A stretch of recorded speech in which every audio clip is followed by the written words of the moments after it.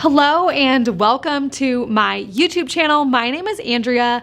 This is a place where I share everything I am learning about Etsy. I have been an Etsy seller at my own shop for 7 years and it is my full-time job.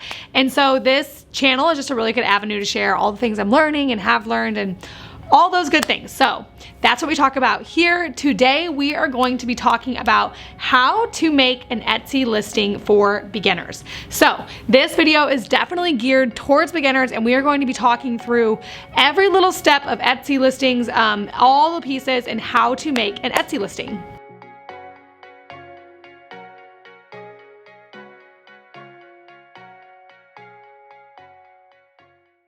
Okay, so obviously the best way to show you guys how to list an item on Etsy is to just bring you into my screen. So starting on the Etsy homepage or shop page or whatever, you go to your shop manager. From there, it's going to pull up your dashboard. Head over to your listings tab.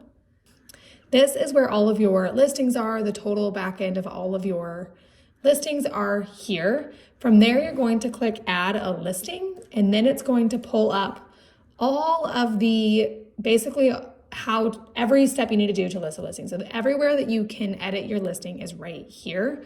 I'm actually going to show you guys on a listing that's already done, just so we don't have to wait for everything to upload and all that sort of stuff. So I'm going to walk through every single one of these sections on one of our listings that's already completed. So obviously I'm showing you guys on my monogram scalloped wallet listing. The first section is the photos. The biggest thing to note here is that we should be using all 10. My bad. We should definitely have all 10 photos used. Do your best to use all 10. Obviously, it's not the end of the world if you don't, clearly. And then the only other thing here besides uploading and adding photos, which you do just by clicking that and just clicking on any of the photos that you want, finding your photo in your desktop or your computer and then uploading it. The only other thing to note is the thumbnail portion. So if you drag your photo into the primary spot, so the first spot here, it'll change your thumbnail down here. From there, I'm obviously gonna put it back to what it was. You can adjust the thumbnail by clicking on it and zooming in on your product or zooming out, however you want it. I think that's how we had it. And then you can hit save. And that is the photos section of the listing portion. I have tons of resources. I have an ebook on how to get good photos, which we're not going to cover here, but that is the photo section of Etsy listings. The next thing you want to do is upload a video. If you don't have it, it's not the end of the world, but I do have a few YouTube videos coming out soon on how to get a good video. 2 of them coming up. And so if you want to hang around for that, subscribe. But what you can do is upload it the same way you upload a photo. You can crop it if you need to. They have some common aspect ratios here. I am not going to crop that. And that is how you upload a video. It's a 5 to 15 second video with no sound. So that is how you do the videos. Again, hang around if you want to learn more about Etsy videos.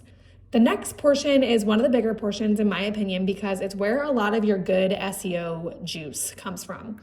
So your title here is really important that you go ahead and you have up to 140 characters. It's important that you use them all with relevant and strong keywords for your product. We talk about that a ton on this channel and on my Instagram. So I'm not gonna go into it like fully, but basically you want to make sure that you are using a divider here and using relevant, strong keywords, not just random keywords that you're guessing are going to be good, but just keywords that you have researched and know that they are going to be good. So that is what you want your title to consist of. After the title, there's all of these sections. These are what Etsy considers, and Etsy coaches like myself, and if you see any other YouTube videos, this is what we would consider the listing attributes. So it is a very good SEO practice to fill these out to your best possible ability. You'll see some of them are required, but you definitely want to do as much as you can. Obviously don't lie, but you definitely want to do as much as you can. So first, you're going to fill out who made it, what it is, and when it was made. After that, you can go ahead and type in the category. We just have chosen wallets, but you could do other things. So normally it auto-populates what, based off what you type. So that was still our best one. After that, You want to do the primary color. It is important that you do select this. Obviously, almost all of our products offer more than one, but you do want to fill that out. A secondary color, this particular product does not have a secondary color. Here we can insert this, so I should have done that. This is just choosing a style of who it would work well for. So it gives you some options, like if you're a home decor person, mid-century would be a really good option, all those sorts of things. So you're definitely, or Victorian, definitely gonna wanna pick one. All of our clothing is preppy, so that makes sense. This does not have a specific occasion. We do have, sometimes we keyword for Mother's Day, but that is not that. So you don't want to fill them out if it's not accurate. So we will leave that empty. Same with the holiday thing. Though it could obviously be all of these gifts, it is not meant specifically for them. So not relevant, we're gonna skip. Renewal, we always do automatic. It doesn't make any difference. So I just make my life easier and do automatic. The description is obviously a really big one. I have a YouTube video explaining what to put in your description, but I will walk you through our basic formula at Saltwater Prep. So the first thing we always do is a 2 to 3 sentences with keywords and describing the product. After that, we include links to related products or upsells or things that we think they might like. After that section, we include a bulleted list of relevant information. If you are a Mac user, option 8 will give you a bullet point. So that is what we include in our description. And then we always let them know what kind of monogram, just so this kind of fields some questions on like what color wallet is shown in the photo, what color thread, what color font, or what kind of font. So we try and field those questions by inserting that in the description. But all of our descriptions follow this basic formula. Production partners is something that you may or may not need, and obviously we have some, but we do not use them on every listing. So this is like STL Shirt Co. is a screen printer we worked with. This is the person who made our motel keychains. So this is something that you're definitely gonna wanna look into if you're often partnering with someone, because it is an Etsy requirement that you list them on here. This particular listing does not have that. This is your shop section. So what section you want it to fall under in your shop. It's also really important that your shop sections are keyword strong, and so we keep this one under gifts for her. After that, this is your tags section. So your tags are another spot where a lot of good like SEO juice comes from. We make our tags and our title really consistent with each other just so we can really double down on the keywords that we know that works. And then we fill them in with any other keyword that might work for our product. I'm seeing some that aren't that great. Like this is a bad one because it's too short. Materials we've never used. I don't know if maybe we should, but probably would be good to use them. Also making sure that you're using all 13 tags. That's really important. This inventory and pricing section is pretty straightforward. Obviously, you just type in your price. If you are charging sales tax, you are going to want to click that apply shop tax rates. As for the quantity, they will auto-renew your listing if you have it set to auto-renew until it sells out. So we try and keep our quantities high just because we don't have to go in and constantly renew a sold out listing. So we can sell more than 87 of these. We don't stock them, but we just have to keep it above 1, obviously. SKU you might need, you might not need. I actually don't even need these anymore, but we did this at one time. So that's for like tracking inventory. Your buyers won't see them. The next section is your variation section. You can do a lot with variation. So 1, you can do 2 different variations. This listing only needs 1 variation. So that is all we have. And we just have our wallet colors listed out here, and then they show up like this for your buyers.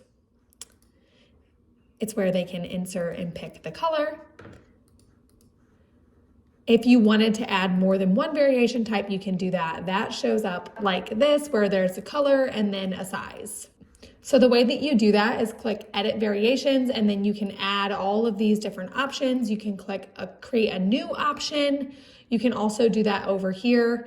You can vary the price per item, like per color if you want. And then the way you do that is click apply and then insert the price there. I don't have that, so I'm gonna take that off. And the other thing that you can do is link photos. So if you wanted to add a photo like this as a brown wallet, you can link that photo to that color or that variation. So the way that shows up for your customers is we have them linked on this particular listing. When they click black, it goes to the black photo. When they click white, it pulls up the white photo. So that's kind of neat. After that, you have your personalization section. This section is very, very relevant for us because we do monogramming. So we have our instructions over here. You can see that this is what the buyer will see. You insert that, you get, I guess, a set number of characters because it's showing me they only have 28 left. You can make it to where personalization is optional. We do not do that because we want to hear something. So that's why we put, if you don't want a monogram, please type no monogram. So it makes them fill out the personalization. And this is where you can set a character limit for your customer. So if I only wanted them to be able to put 40 characters, I could do that. So I'm going to leave it at 256. And this is how it shows up for your customer right here under the variation. Once they click their color, they can then just type in their monogram and such. After that, you need to set all of your shipping information. So we have shipping profiles set up. We offer free shipping in our shop. We have a free shipping guarantee. And so we have all of our profiles set up for free shipping. So I am going to walk you through our shipping profiles now. So the way that you do this is by going to settings and then shipping settings, and then I'm over in shipping profiles. And so then what we have here is you can create a profile and you can kind of set all of your shipping information for your shop. The reason why you do this is because we have only 3 profiles, and you can see that there's 35 listings under the 6 to 10, 14 under 3 to 5, and 11 under 1 to 2. And so basically it makes it to where you don't have to insert that shipping information every single time. You can just go off the preset. And so we do calculated listings with free shipping based on the number of days it takes to process. And so that is how we have our shipping profile set up. So for us, we just have to click which one we want. So this one is free shipping. Everything is free shipping. And also it ships in 3 to 5 days. For this customs information section, we actually leave it blank just because we don't sell that many international orders, and so we're fine with filling it out every time in the label section. So, but if you sell a lot of international orders, you might want to preset that just so when it creates your shipping label, it's already there. The item weight is right here. You insert it. If you need to get a postal scale, do that in order to get your item weight. Do remember that this weight and dimensions are with your item already packed, not just the item by itself. And then this is a preview of the shipping price, what the buyers will pay. Obviously, you pay a little bit less because of Etsy labels. And so it's going to show them free and then the total price, what you can get your label for. And then the last thing here is if you want to advertise your listing or not. Most of our listings, we don't advertise. What we actually do advertise are wallets. So from there, you would just hit publish and then your listing would be active and you can view your listing on Etsy.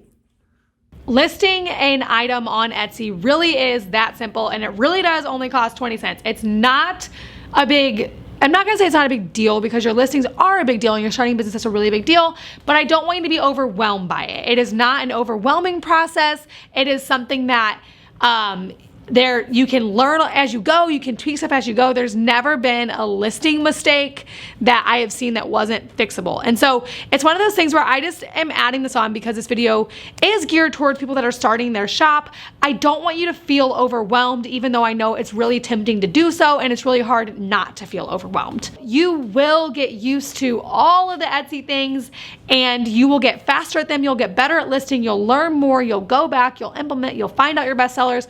All those sorts of things, they will come naturally towards you in this point in your business. I just want you to be doing the next step. And right now that's listing something, and that is so exciting and not something that's meant to be scary or overwhelming. And when you sell it, then you can worry about shipping it, all those sorts of things. So I definitely don't want this video to be overwhelming. Listing an item on Etsy is not hard. So anyways, I just want to encourage you guys that I don't want you to feel overwhelmed by Etsy. If I was starting my shop right now, my main focus would be getting the listings up and getting them with good photos and keywords and all those sorts of things. And I definitely wouldn't worry at all about all the things you have to worry about along the line, which is like bulk mailers and all that kind of stuff. Don't even overwhelm your brain with those sorts of information. Just focus on the next right step, which is listing your products with good photos and good keywords and getting some sales. So if you are interested in growing your Etsy shop, that is exactly what we talk about on this channel all the time. And so I would really appreciate it if you subscribed and hung out. I have a free Etsy shop scorecard that you can download in the description below. It basically just makes sure that your Etsy shop is completely set up and all of your I's are dotted and your T's are crossed. And so that is available in the description. Yeah, thank you so much for watching. I hope this video was encouraging and not overwhelming and you feel fully equipped to go start listing your products on Etsy. Thank you so much for watching.